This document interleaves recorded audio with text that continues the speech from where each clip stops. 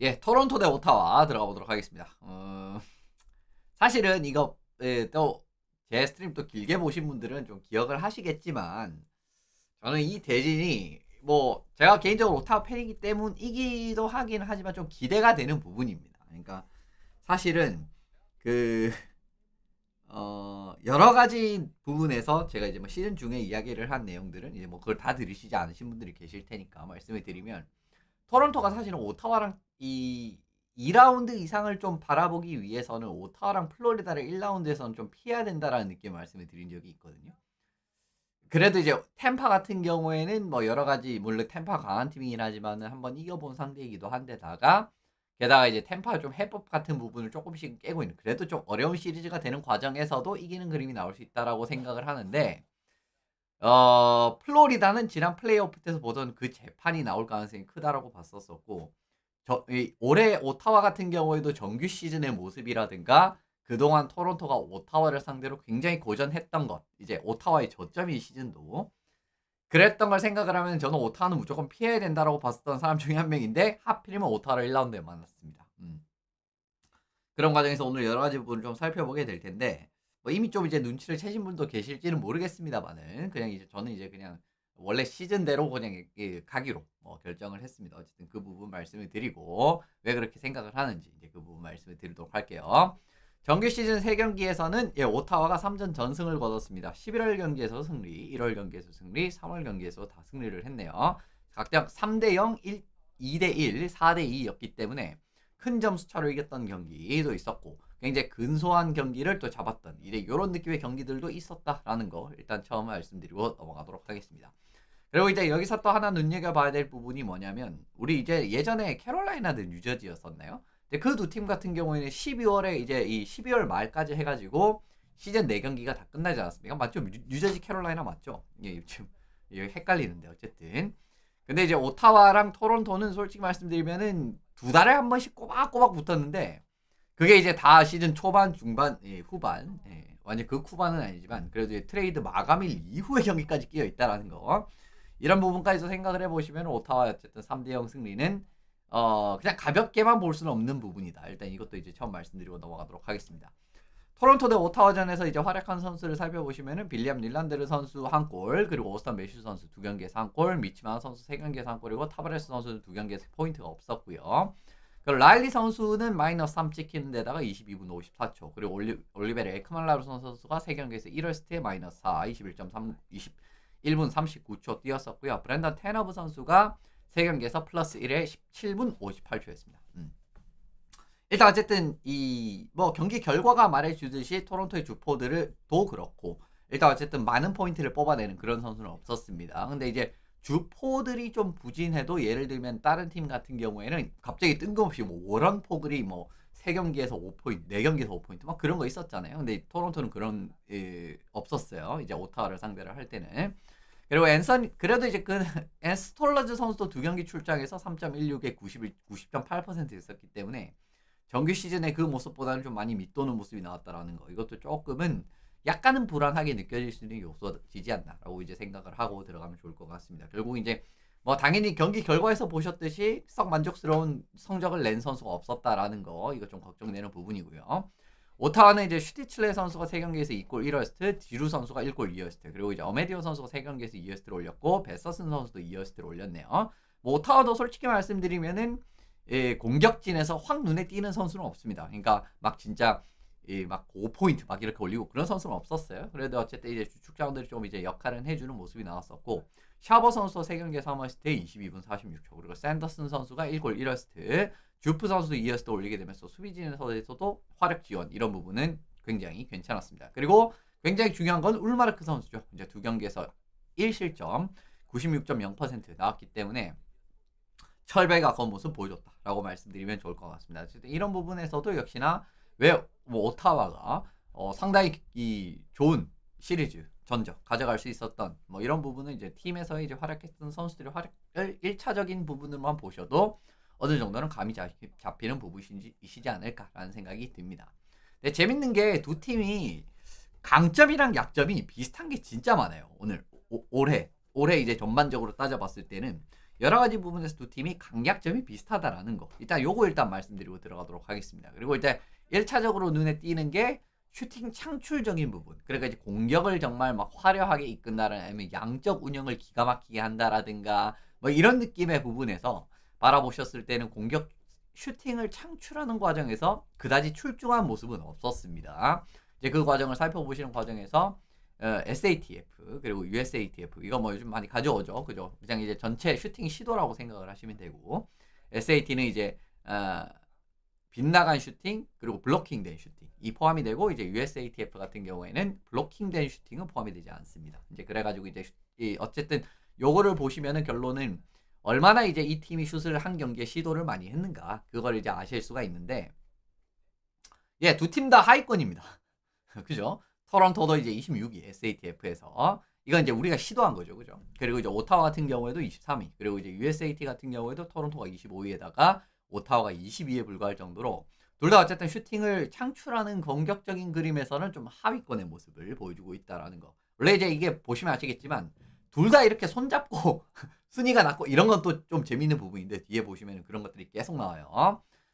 근데 이제 결과값에서 조금 다른 점은 그래도 유효 슈팅까지 연결하는 거는 오타와가 조금 더 좋았습니다. 좀 더 좋았어요, 오타와가. 실제로 유효 슈팅, 그러니까 이제 진짜 슈팅이 어느 정도, 평균 경기 슈팅을 따져보시면 토론토가 28개, 이것도 하위권이죠. 근데 이제 오타와 같은 경우 29.3개이기 때문에 전체 8위에 올라 있었습니다. 그래서 이제 요거는 조금은 좋아졌다. 오타와가 조금 더 좋다. 근데 솔직히 말씀드리면 전체 슈팅 시도라든가 이런 그림에서는 크게 뭐 둘 다 뭐 눈에 띄는 경기를 보여주지 못하고 있다라는 걸 일단 말씀을 드리고 넘어가면 좋을 것 같고, 스페셜 팀도 이상하게 두 팀이 비슷해요. 물론 이제 내부적으로는 조금 다른 그림들이 좀 있기는 하지만 그래도 이제 비슷한 부분을 확인하실 수가 있는데, 파워플레이 성공률 일단 살펴보시면은 토론토가 24.8%, 리그 9위, 오타와도 23.8%, 1% 차이 나는데 11위입니다. 그러니까 최상위권은 아닌데 좀 상위권으로 살짝 이제 이렇게 분류할 수 있는 그 정도의 성적이죠, 둘 다. 이제 그렇기 때문에 어떻게 보면은 비슷하다라고 말씀을 드리면 좋을 것 같고, 근데 세부적으로는 아까 이제 오타와가 유효 슈팅으로는 조금 더 많이 가져갔었지 않습니까? 이것도 세부적으로는 조금 다릅니다. 그러니까 토론토 같은 경우에는 파워플레이 기회 자체가 적은 과정에서 어쨌든 이제 또 괜찮은 성과를 내고 있고, 그죠? 근데 오타와 같은 경우는 파워플레이 기회도 많고 성과도 괜찮은 편이에요. 이제 그 과정에서 조금 다르긴 하지만 어쨌든 마찬가지로 따져보면은, 왜냐면 이제 만약에 시행 횟수가, 토론토도 파워플레이가 워낙 이제 좋은 선수들이 많기 때문에 이게 오타와만큼의 시행 횟수를 가져가면은 저만큼 찍힐 수도 있습니다. 워낙 이제 좋은 선수들 많잖아요, 그죠? 아까 말씀드렸던 그 코어 4 선수들의 그런 부분도 그렇고, 거기에다 그냥 라일리 넘으면 파워플레이 1라인, 그리고 요즘에는 이제 토론토가 공격수 5명 파워플레이도 이제 자주 구사를 하는 편인데 뭐 그것도 할 수가 있고. 근데 어쨌든 이제 그런 과정이 있기 때문에, 그러니까 오타와만큼 시행 횟수가 많아지면은 오히려 더 올라갈 수도 있어요. 근데 우리가 보통 시행 횟수가 많으면 떨어질 수가 있는데, 근데 토론토는 이제 올라갈 수 있는 팀이니까. 근데 어쨌든 이제 세부적으로 따져봤을 때 조금 다르긴 해도 어쨌든 1차적으로 파워플레이 성공률 같은 경우에는 딱 1%밖에 차이가 안 난다. 근데 이제 그거는 순위를 딱 이제 2계단 가릴 정도.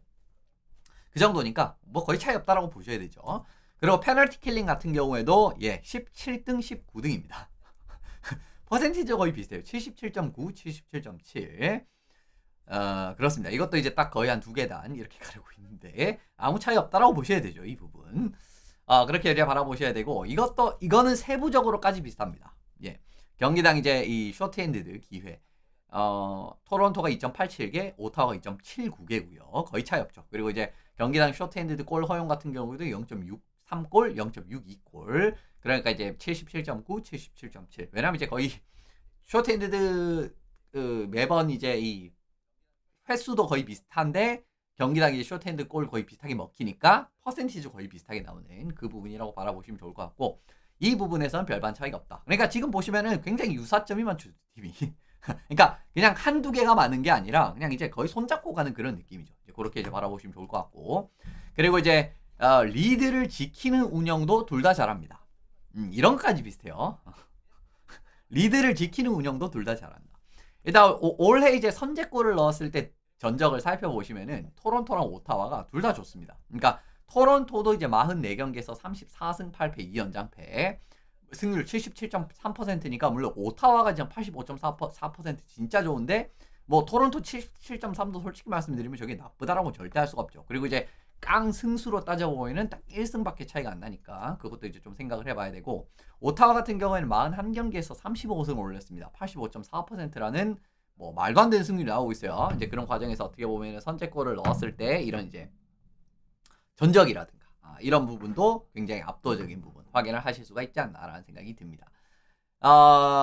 예, 또 하나 비슷한 거는 접전 양상에도 둘 다 굉장히 좋습니다.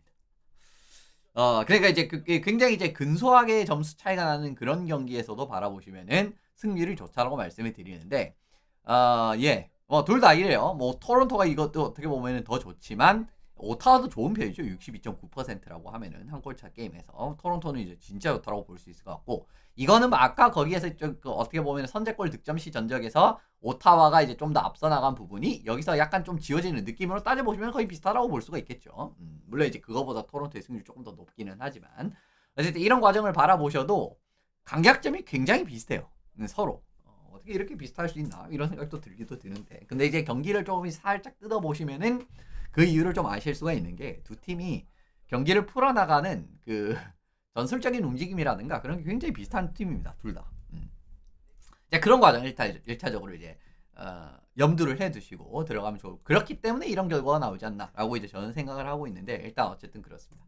이제 두 팀의 이제 극명한 차이는 사실 이거죠. 슈퍼스타의 보유 여부. 물론 이제 오타와 세너터스도 없는 건 아닙니다. 그죠? 뭐 슈테칠레라든가 그리고 샤보라든가 뭐 샌더슨이라든가. 근데 샌더슨도 조금 더 솔직히 이제 진짜 리그를 호령한 슈퍼스타가 되기 위해서는 조금 더 경험이라든가 이런 이제 역량을 증명을 몇 년 더 증명을 하는 게 필요하고요. 그리고 이제 뭐 지루라든가 페롱이라든가 이런 선수는 사실 좀 나이가 많이 들었기 때문에 기량이 좀 떨어진 그런 그림도 있지 않겠습니까? 근데 이제 이 토론토는 아직도 코어4 선수들이 여전히 좋은 활약을 올 시즌도 했단 말이에요. 이제 그런 과정에서 어떻게 보면 슈퍼스타들의 보유 여부에서 어떻게 보면 좀 큰 폭의 차이를 어쩌면 토론토가 벌릴 수도 있는 부분이다라고 생각을 하는데, 일단 두 팀의 상위 득점자들 포인트, 그냥 이제 5명 상위 득점자 5명의 포인트를 다 합했을 때 90포인트 가까이 차이가 나요. 그죠? 396포인트. 이제 저쪽은 이제 이 오타와는 309포인트니까 거의 한 90포인트 가까이 차이가 나고, 그리고 이제 골 숫자도 70골 가까이 차이가 나죠. 그죠? 어시스트는 이제 그렇게 차이가 안 나지만 어쨌든 이런 과정을 보셔도 토론토가 얼마나 이 코어4 플러스 1, 그죠? 올해는 그게 나이즈일 것 같긴 한데요. 어쨌든 그런 느낌에서 힘을 많이 받을 수 있는가 확인을 하실 수가 있는 부분입니다. 특히 이제 올해 돋보이는 카드가 매슈 나이즈 선수죠. 이 선수가 올 시즌 이제 정말 30, 30 가까이 찍어내면서 29, 29를 했단 말이에요. 29, 29는 30, 30이나 거의 비슷하지 않습니까?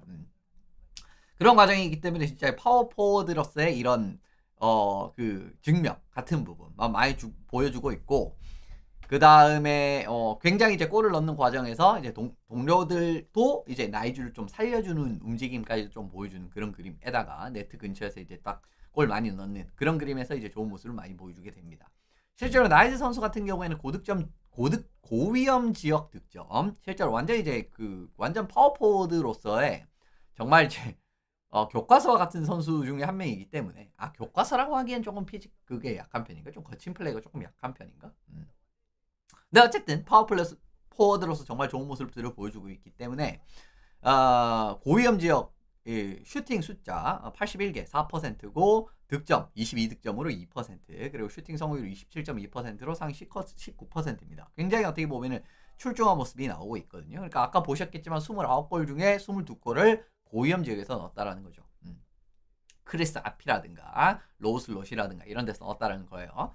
그런 과정에서도 얼마나 이제 이 선수가 이제 위협적인 이제 공격 툴로 자리 잡았는지 확인을 하실 수가 있는 부분입니다. 자연스럽게 대두될 수 있는 부분이 뭐냐면 오타와 1, 2라인 수비진의 경기력이 좀 중요할 수가 있겠죠. 왜냐면 이제 결국 이제 상대방은 코어4 선수들이 1, 2라인에 걸쳐서 이렇게 이제 분포가 되게 되는 그림이기 때문에 요 1, 2라인을 얼마나 잘 통제를 하느냐가 또 오타와에게도 굉장히 중요한 이런 요인이 될 수가 있는데, 실제로 나쁘지 않습니다.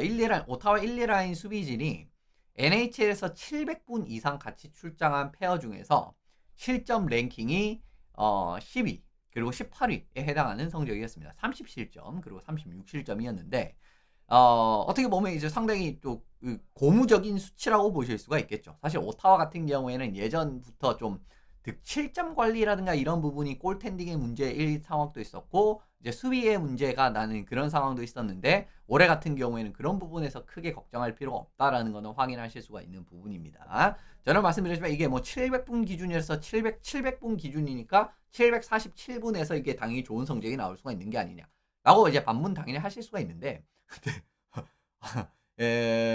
이거보다 훨씬 더 적은 시간을 뛰어도 이거보다 훨씬 더 많은 실점을 하는 애들도 있습니다. 그런 부분 생각을 해보면은 고무적이라고 봐야 되고 어쨌든 리그에서도 좀 상위권에 이렇게 이제 또 실점 통제적인 부분에서 상위적 부분 나오고 있다라는 거는 당연히 고무적인 부분이다라고 바라보셔야 됩니다. 실제로 샤보 젠슨, 샌더슨 주프 1, 2라인 보고 있다라고 말씀을 드리면 좋을 것 같고요. 추가적으로 또 관건이 될 수 있는 라인은 역시나 페론, 커즌스, 베서슨이 구성을 하는 2라인에서 이제 좀 분투가 얼마나 나오느냐 이것도 이제 좀 지켜보실 부분입니다. 사실 이제 커즌스가 저희가 이제 좀 좋아할 만한 경기도 안 하고 제가 볼 때마다 보면은 얘는 좀 제 이 후토크에서도 이런 이야기를 많이 하는 편인데 좀 세탁 같은 느낌의 이 세탁을 하는 느낌의 경기력이다라는 느낌 말씀 많이 드리거든요. 물론 이제 뭐 애널리틱 수치라든가 이런 데서는 좀 좋게 나오는 게 나올 수도 있습니다만 공격 쪽에서 근데 보면은 굉장히 이제 좀 위험한 플레이도 많이 하고 이 판단이라든가 이런 거 계속 한 박자 늦어가지고 좀 문제가 되는 상황들이 커즌스 경기 보면 좀 많은 편이긴 하거든요. 근데 이제 영입 처음 됐을 때 사실 페롱 베서슨 그 커즌스 라인이 득실 마진이라든가 이런 전체적인 부분에서 좀 좋은 모습이 나왔기 때문에 괜찮을까 생각이 들었는데 초반에 좋았던 게 좀 많이 없어졌어요. 지금 이제 9득점 하는 동안 실점 하는 그런 그림이 나왔기 때문에 초반에 이 굉장히 좋았던 그런 그림들이 많이 상실이 됐다라는 거. 이거는 좀 변수가 될 수 있는 부분이라고 생각을 합니다. 물론 이제 커즌스 선수가 갑자기 이제 뜬금없이 한 골을 집어넣고 그리고 이제 어떻게 보면은 파워플레이에서도 그렇고 이런 좀 사이즈 잘 살려가지고 네타 쪽에서 좀 득점하는 모습들을 보인다라든가 이런 데서 좋은 점이 아예 없다라는 건 아닌데 근데 기대만큼의 그런 느낌은 아니긴 하거든요. 어쨌든 그 과정에서 지금 이제 2라인 뭐 수비 1, 2라인이야 뭐 괜찮다라고 이제 아까 그 부분을 보셨는데 공격 2라인에서도 역시나 상대방의 이런 이제 득점 통제라든가 여러 가지 물론 이제 이 뭐 그렉이라든가 이런 이제 이 또 체킹 라인으로 이제 좀 만질 수도 있는 그런 그림도 나올 수가 있지만 토론토의 1, 2라인을 상대하는 그림도 나올 수 있지만 요 2라인의 퍼포먼스 역시나 굉장히 중요한 요인이지 않나라고 바라보고 있습니다. 토론토는 사실 이 부분이 약간은 좀 딜레마가 될 수가 있어요. 골리에 대한 결정 어떻게 할 것인가 이거 좀 제 개인적으로는 굉장히 궁금한 부분이긴 한데 올해 스톨러즈 선수가 굉장히 경기력이 좋았단 말이에요. 실제로 이제 스톨러즈 같은 경우 34경기에서 2.14에 92.6% 작년의 성적을 얼마나 보여줄 수 있을까 많이 걱정을 했었는데 뭐 작년 대비해가지고 별반 다를 게 없습니다. 지금 이제 팀을 옮겼고 그리고 플로리다 같은 경우에는 또 이제 워낙 수비적으로도 괜찮은 경기력을 또 펼쳐줄 수가 있는 팀이니까라고 생각을 했었거든요. 근데 지금 토론토 와서도 거의 차이가 없죠. 그죠? 뭐 평균 실점 1점 높기는 하지만 뭐 저것도 2.14도 굉장히 좋은 수치고 세이브 성공률도 거의 변화 없고 셧아웃은 2배나 늘었고요. 2개에서 4개로 이번 스트렝 세이브 퍼센티지까지도 0.5포인트 떨어졌으니까 굉장히 잘했죠. 93.6도 사실은 못한 게 아니기 때문에 그런 과정에서 이제 우려와 달리 상당히 작년과 비슷한 성적을 냈다라는 겁니다. 뭐 자연스럽게 스톨러즈 선수와 월 선수랑도 비교를 해볼 수가 있는데 그러니까 여기서 이제 제가 왜 딜레마라고 표현을 한지 이제 대충 이제 좀 눈치를 채시지 않을까 싶습니다. 월 선수가 경기를 조금 더 많이 출장을 하긴 했지만 일단 이제 성적이 그렇게 좋지가 않죠. 그러니까 스톨러즈 선수가 훨씬 더 좋은 성적을 훨씬 더까지는 아니구나. 더 좋은 성적을 보여주고 있지 않습니까? 이제 이런 과정에서 생각을 하나 할 수가 있는 부분이고요. 그리고 이제 두 선수가 모두 4월 들어가지고 굉장히 좋은 활약을 펼쳤다라는 겁니다. 4월 들어서 스톨러즈 선수는 뭐 평균 실점 1도 안 되고요. 96.3% 세이브 성공률. 그리고 월 선수가 2경기 출장에서 1.52에 95.2%이기 때문에 어쨌든 둘 다 4월 들어서도 굉장히 좋은 활약을 펼치고 있다라는 거 하나 더 이야기 말씀을 드릴 수가 있는데 그러면 스톨러즈 쓰는 게 맞지 않습니까? 그죠? 하지만 제가 이 이야기를 꺼낸 데는 이유가 있겠죠. 플레이오프에서 굉장히 상반된 경험을 하고 있다라는 겁니다. 조세벌 선수는 플레이오프에 출장을 해도 7경기에서 1.78에 93.3%에 이제 뭐 꽤 준수한 성적을 보이고 있는 반면에 스톨러즈 선수는 커리어에서 플레이오프를 딱 한 번 경기밖에 출장을 하지 않았어요. 그마저도 이제 5.17에 84.2%의 세이브 성공을 이뤘었기 때문에 이런 과정을 생각을 해보면 어느 선수를 기용을 해야 되는지에 대한 문제는 자연스럽게 나올 수밖에 없지 않나 싶습니다. 와, 올해 진짜 스톨러즈가 잘했는데 그렇다라고 해서 스톨러즈를 믿고 가기에는 이게 이 월이 플레이오프에서도 잘했고, 그리고 스톨러즈가 부상일 때도 월이 굉장히 그 자리를 잘 메워. 그렇다라고 해서 이제 월로 가자고 하니까 정규 시즌에서 워낙 이제 스톨러즈가 잘했으니까 이런 느낌의 이런 이제 좀 딜레마에 빠질 수가 있다라는 거거든요.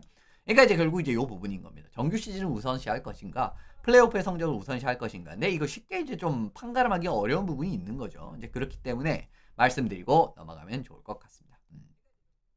그래서 뭐 이렇게 이런 부분에서도 어떻게 보면은 좀 골리 기용적인 부분에서의 좀 딜레마가 나오지 않을까라는 거 일단 말씀을 드려보도록 하겠습니다. 예, 뭐 좀 빠른데 시리즈 예상은 전력만을 생각을 했을 때는 선수들의 네임밸류적인 측면, 그리고 이제 어떻게 보면은 이 뭐 토론토 올 시즌 디비전 1위를 했지 않습니까? 그리고 오타와 같은 경우에는 뭔가 좀 올라갈까 싶으면은 내려오고, 올라갈라 싶으면 내려오고, 뭐 이러다 결국 이제 와일드카드 1번으로 정착이 되게 됐는데, 그냥 전력적으로만 보면은 사실은 굉장히 토론토 쪽으로 원사이드하게 이제 간다라고 예상을 하셔도 전혀 이상하지 않습니다. 전혀 이상하지 않아요. 오히려 이제 그렇게 이 해석을 하는 게 조금 더 맞다라고 생각을 하실 수가 있습니다. 하지만 절대 쉽지 않을 겁니다. 이번 시리즈. 그러니까 허무하게 그냥 쭉 미끄러지면서 끝날 가능성은 제가 생각을 했을 땐 크지 않다라고 보고 있어요. 그래서 이건 물론 이제 그냥 제 생각이기 때문에 분명히 틀릴 수 있습니다. 근데 이제 어쨌든 그 뭐냐 전력 차이와는 다르게 생각보다 굉장히 쉽게 풀리지 않을다라고 말씀을 드리고, 하나 좀 재밌는 사실을 언급을 드리면 크랙 베루비 감독이 옛날에 트래비스 그린 감독을 플레이오프에서 한 번은 만난 적이 있습니다. 그게 언제냐라고 하면 2020년 1라운드 밴쿠버 캐럭스와 세인트루이스 블루스의 시리즈가 있었습니다. 1라운드였었죠 이때. 이때 이제 당연히 이제 세인트루이스 블루스는 전년도 디펜딩 챔피언이었고, 밴쿠버 같은 경우에는 어떻게 보면은 이때가 또 굉장히 오랜만에 플레이오프 올라왔었던 그때였었죠. 지금 확실히 명확하게 기억이 안 나는데 아마 그랬던 것 같습니다. 그래서 뭐 실제로 전력도 저는 이제 세인트루이스가 훨씬 더 좋다라고 봤었고, 그리고 뭐 골텐딩 같은 부분이라든가 뭐 여러 가지 부분에서 이제 그 밴쿠버보다는 세인트루이스 쪽으로 기울어가는 느낌. 물론 이제 이 해 같은 경우에는 플레이인을 했기 때문에 이게 1라운드가 실질적인 1라운드랑은 조금 달랐지만은 어쨌든 이제 그 부분에서 근데 미네소타가 4대2 미네소타래. 밴쿠버가 4대2로 세인트루이스를 제압을 했었단 말이에요. 근데 당시의 경기력을 좀 되돌려 보면은 물론 이제 이게 기억이랑 좀 기록적인 부분을 되짚어 보면서 약간 이제 좀 틀린 부분이 있을 수도 있습니다만은, 당시의 경기력을 좀 되짚어 보면은 밴쿠버가 파워플레이라든가 쇼트핸드드 이런 상황에서 굉장히 적수의 득점을 많이 올렸습니다. 그런 과정에다가 이제 좀 상대방이 이제 수비에서의 큰 빈틈이라든가 그런 걸 캐치해가지고 이제 역습이라든가 이런 데서 차이 쭉쭉 벌리면서 게임을 유리하게 이끌어가는 국면들이 있었습니다. 그 과정 플러스 마르크 스트럼 선수가 그 당시 밴쿠버의 골리였었는데 정말 환상적인 활약을 펼쳤었거든요. 그러면서 이제 초반에 리드를 잡고 결과적으로 이 리드가 벌어지는 그런 국면이라든가 하면서 시리즈를 굉장히 유리하게 이끌고 갔었던 기억이 있었는데, 근데 사실은 이제 지금의 세인트루이스 블루스의 전력을 좀 생각을 하시면은 뭐 그럴 수도 있지 않나라고 생각을 하실 수 있는데, 지금 밴쿠버 세인트루이스의 전력을. 근데 이제 이때 세인트루이스는 사실 우승 바로 다음 해이고, 우승한 했을 때 좋았던 그 팀의 그 전력들이 굉장히 많이 남아 있었고요. 피에트랑젤로는 없었을 수도 있는데 지금 이제 그 기억은 좀 정확하진 않아요. 근데 어쨌든 이제 전반적으로 이제 전력을 잘 지켰고 전략적으로 괜찮은 팀이었었기 때문에 사실은 이런 부분에서 저는 이 시리즈에서는 좀 쉽게 세인트루이스가 이기지 않을까라고 생각을 했었습니다. 근데 정반대의 느낌이 나왔던 그런 느낌이었었어요. 그래서 이제 사실은 저는 이번 오타와 토론토 시리즈도 이때랑 굉장히 비슷하지 않을까 그런 생각이 좀 많이 드는 그림이 있거든요. 감독도 공교롭게 이 당시 똑같았었고, 그리고 이제 좀 찔리면 찔릴 수 있는 그런 양상 자체도 많이 나올 수 있다라는 거, 그 부분 일단 말씀을 드리고요. 그리고 요때의 승리 패턴을 만들기에 오타와가 굉장히 적합한 전력을 가지고 있다라는 걸 좀 말씀을 드리게 될 텐데, 일단 울마르크 선수가 올 시즌 토론토를 상대로 2경기 출장에서 1실점, 평균 1실점에 96.0%라는 어마무시한 성적이 나왔습니다. 지난 플레이오프 때 바라봤었던 그 경기력이랑은 완전히 판이한 느낌의 경기력이 나왔다라는 거. 그런 과정에서도 일단 어쨌든 오타와 세나터스 골텐딩. 아까 이제 마르크 스트램 선수가 굉장히 잘했다고 말씀드렸는데 마찬가지로 울마르크가 올 시즌 좋은 모습을 보여줬다라는 거. 그리고 파워플레이와 쇼트핸디드 골 같은 느낌에서의 차이점 만드는 거 말씀을 드렸죠. 오타와는 경기당 파워플레이 골 득점 0.78골로 리그 전체 1위입니다. 리그에서 어떻게 보면 파워플레이가 가장 강력한 팀이라고도 보실 수가 있는 팀이고, 실제로 오타와는 좋아졌을 때, 궤도로 올라오기 시작을 했을 때, 물론 이제 최근 한 2시즌 정도는 이렇게 좀 왔다 갔다 한 그림은 있었지만은, 그래서 파워플레이 자체는 꽤 잘 풀어나가는 팀이었었고, 제가 이제 사실은 시즌 초반에도 이런 느낌의 말씀을 드린 적이 있었거든요. 이제 경기를 이기는 느낌에서의 패턴들이 한 2년, 3년 전에 플레이오프 한 발 못 미쳐서 플레이오프 못 갔을 때랑 굉장히 비슷하다고 말씀을 드렸던 적이 있는데, 그때도 보시면 이제 오타와가 파워플레이는 진짜 좋았습니다. 막 이제 에드먼턴이 말도 안 되게 좋아서 그렇지 그 다음 바로 2위고 그런 느낌이었거든요. 그러니까 올해 오타와 세너터스는 파워플레이에서도 이런 이제 특수한 상황, 이런 부분이 나왔을 때 데미지를 줄 수 있는 팀이에요. 이제 그런 느낌 하나 이제 바라보시고 넘어가시면 좋을 것 같고, 물론 이제 5대5 상황에서는 토론토가 좀 차이를 벌릴 수도 있는 그런 상황이 나올 수도 있습니다. 실제로 이제 5대5 골을 비교를 해보면 토론토가 169골, 오타와가 139골이기 때문에 여기서 이제 조금 30골 정도 차이가 나기는 하거든요. 그런데 예, 제가 또 토론토가 걱정이 되는 부분이 이 부분이에요. 그러니까 5대5 상황에서 슈팅 허용은 오타와가 토론토보다 더 낫습니다. 그러니까 토론토가 기본적으로 상대방의 슈팅 허용이라든가 시도의 그런 자체를 좀 많이 허용하는 팀이에요. 그러니까 기회라든가 이런 부분을 좀 많이 주는 그런 상황에서, 예, 토론토는 또 이제 올 시즌에서 좀 많이 나왔던 그림 자체가 뭐냐면 엄청나게 말도 안 되게 위험한 찬스가 나오거든요. 근데 그거를 진짜 스톨러즈랑 월도 이제 어떻게 좀 왔다 갔다 했고, 근데 스톨러즈 같은 경우에는 진짜 말도 안 되는 세이브로 막아내는 그런 느낌들이 많았었어요. 그런 장면이 나왔던 경기가 사실은 시즌 돌이켜봤을 때 한두 경기가 아니었거든요, 토론토가. 그리고 실제로 어떻게 보면 이제 슈팅 허용이라든가 이런 부분을 살펴봐도 기본적으로 토론토는 상대방의 슈팅을 차단하는 능력이 출중한 팀은 절대 아니라고 보셔야 됩니다. 그런 과정에서 이제 이렇게 한두 골씩 들어가고, 아까 말씀드린 대로 스톨러즈가 플레이오프의 경험이 없기 때문에 그 과정에서 또 이제 이 정규 시즌과 같은 느낌의 퍼포먼스가 나오지 못할 가능성이 크다라는 거. 그리고 이제 파워플레이라든가 이런 그림에서의 찬스가 나오게 됐을 때 오타와는 파워플레이에서 확실한 데미지를 줄 수 있는 팀이다라는 거. 물론 이제 토론토도 줄 수 있는 팀이기는 합니다. 근데 이제 아까 이제 요거는 이제 아까 좀 앞선 빌드업까지 생각을 하셔야 되는 부분이 그 세인트루이스랑 밴쿠버 시리즈, 이제 그게 이제 빌드업의 시작이었죠. 이제 그런 부분 확인을 하셔야 되고요. 그리고 요거 그죠? 코어4 선수들이 확실히 플레이오프에서는 화력이 많이 떨어집니다. 네. 물론 이제 경기당 0.384포인트, 0.98포인트, 0.63포인트, 0.85포인트 나쁘지 않죠.